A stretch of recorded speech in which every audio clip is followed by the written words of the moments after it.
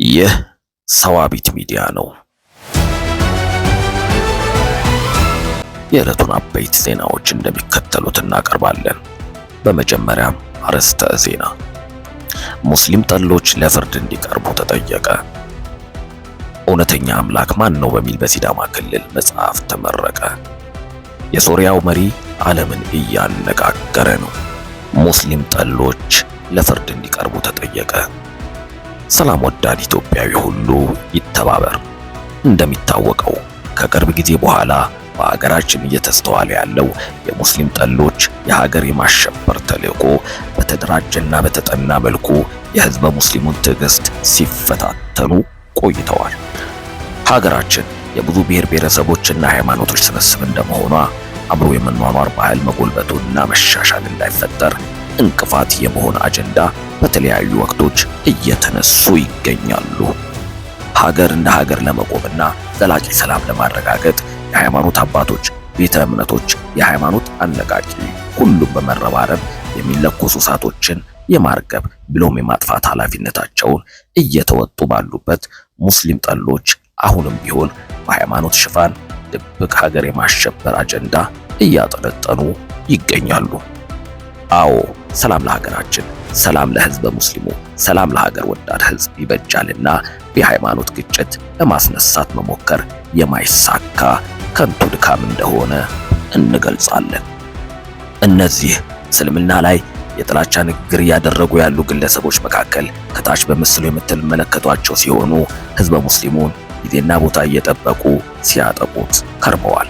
በመጨረሻም የሀገራችን ህዝብ ሰላሙን እንዲያገኝና የአብሮ የመኖር ባህላችን እንዳይሸረሸር ለህግ ማቅረብ ብቸኛ አማራጭ ነው እንላለን። ህዝበ ሙስሊሙ አሁንም ይጠይቃል። የፌዴራል ፖሊስ ለህግ እንዲያቀርብ እንጠይቃለን።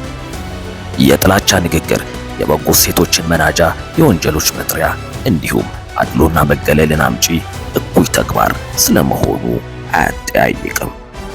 በሃይማኖቶች መካከል መቻቻልና መከባበርን የሚጎዱ የዜጎችን ውይይትና ምክክርን የሚያጠፉ መከባበርና መግባባትን የሚጎዱ እኩይ ሐሰተኛ ሚዲያ ስርጭቶችን አቶ ያሬድ ወይንም በሶሻል ሚዲያ ስሙ ያያዘ ልደታ የተባለ ጎረምሳ በግልጽ በገጹ ላይ ለጥፎ በኋላም አንስቶታል።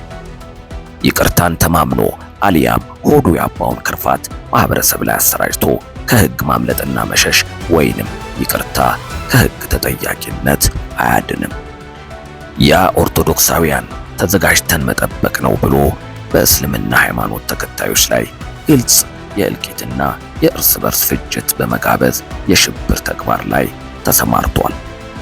ከአውዱና ከርዕሱ ውጪ ለህዝበ ሙስሊሙ ስለ እንስሳ አስተዳደድ የሚሰጠውን እስላማዊ አስተምሮ ቀጥሎና አቀናብሮ ወደ ሚዲያ በማምጣት እንዴት አድርገው አንገት መቁረጥ እንዳለባቸው ነው የሚያስተምሯቸው በማለት ኦርቶዶክሳውያን ልትታረድ ነውና ተዘጋጅ በማለት በአዋጅ የተከለከለውን ሐሰተኛ መረጃ በማቅረብ እና ሽብር በመፍጠር አንዳንድ ሃይማኖት ሌላኛው ላይ በማነሳሳት ከባድ ወንጀል ተግባር ላይ በመሰማራቱ መንግስትና የጸጥታ አካላት አስቸኳይ እርምጃ ተወስዱ ዘንድ ከማሳሰቢያ ጋር እንገልጻለን። ከአውዱና ከርዕሱ ውጪ ለህዝበ ሙስሊሙ ስለ እንስሳ አስተዳደር የሚሰጠውን እስላማዊ አስተምሮ ቀጥሎና አቀናብሮ ወደ ሚዲያ በማምጣት እንዴት አድርገው አንገት መቁረጥ እንዳለባቸው ነው የሚያስተምሯቸው በማለት ኦርቶዶክሳውያን ልትታረድ ነውና ተዘጋጅ በማለት በአዋጅ የተከለከለውን ሐሰተኛ መረጃ በማቅረብና ሽብር በመፍጠር አንድን ሃይማኖት ሌላኛው ላይ በማነሳሳት ከባድ ወንጀል ተግባር ላይ መሰማራቱ መንግስትና የጸጥታ አካላት አስቸኳይ እርምጃ ተወስዱ ዘንድ ከማሳሰቢያ ጋር እንገልጻለን። የጎረምሳው የፍጅት ቅስቀሳ ምንጭ የሃይማኖት አክራሪነትና ፖለቲካዊ ዓላማን አንግቦ ሃይማኖትንና ህዝብን ከህዝብ በማጋጨት ሀገሪቷን የውከትና የብጥብጥ ማዕከል በማድረግ እኩይ ዓላማን ለማሳካት የጎረምሳው የፍጅት ቅስቀሳ ምንጭ የሃይማኖት አክራሪነትና ፖለቲካዊ ዓላማን አንግቦ ሃይማኖትንና ህዝብን ከህዝብ በማጋጨት ሀገሪቷን የውከትና የብጥብጥ ማዕከል በማድረግ እኩይ ዓላማን ለማሳካት የተፈጸመ መሆኑን ያመላክተናል። በሲዳምኛ ቋንቋ ለመጀመሪያ ጊዜ የተተረጎመው እውነተኛ አምላክ ማን ነው የተሰኘው መጽሐፍ በዛሬው ዕለት ተመረቀ። በሲዳማ ሙስሊሞች ታሪክ የመጀመሪያ የሆነው የኡስታዝ ዑመር አርሲ እውነተኛ አምላክ ማን ነው የተሰኘ መጽሐፍ በኡስታዝ ሙሀባ ሁሴን በሲዳምኛ ተተርጉሞ በዛሬው ዕለት ለምርቃት በቅቷል። በነጅም እስላማዊ ማህበር አዘጋጅነት በሲዳማ ሙስሊሞች ታሪክ የመጀመሪያ የሆነው የኡስታዝ ዑመር አርሲ ትክክለኛው ጌታ ማን ነው የሚለው መጽሐፍ በኡስታዝ ሙሀባ ሁሴን ወደ ሲዳምኛ ቋንቋ ተተርጉሞ በዛሬው ዕለት በሲዳማ ባህል አዳራሽ ተመርቋል።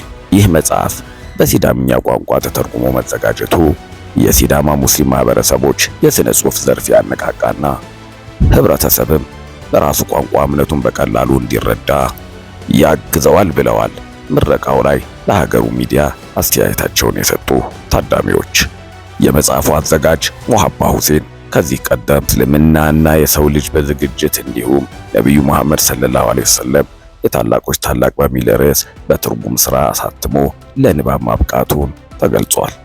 በዕለቱ የፌዴራል የሲዳማ ተወካይ የማህበራትና ተቋማት ዘርፍ ተጠሪ ሼህ ሽኩር ካሲም፣ የሲዳማ ክልል ምክር ቤት ፕሬዝዳንት ሼህ ሽኩር አብዱልቃድርና የክልሉ መጅሊስ ሥራ አስፈጻሚ፣ የሐዋሳ ከተማ መጅሊስ ሥራ አስፈጻሚዎችና ሼህ ሀቢብ ሌንጫ፣ ኡስታዝ ጣሊብ ሪዶላህና ከኦሮሚያ ክልል ጨምሮ ሌሎች ጥሪ የተደረገላቸው የክብር እንግዶች ተገኝተዋል።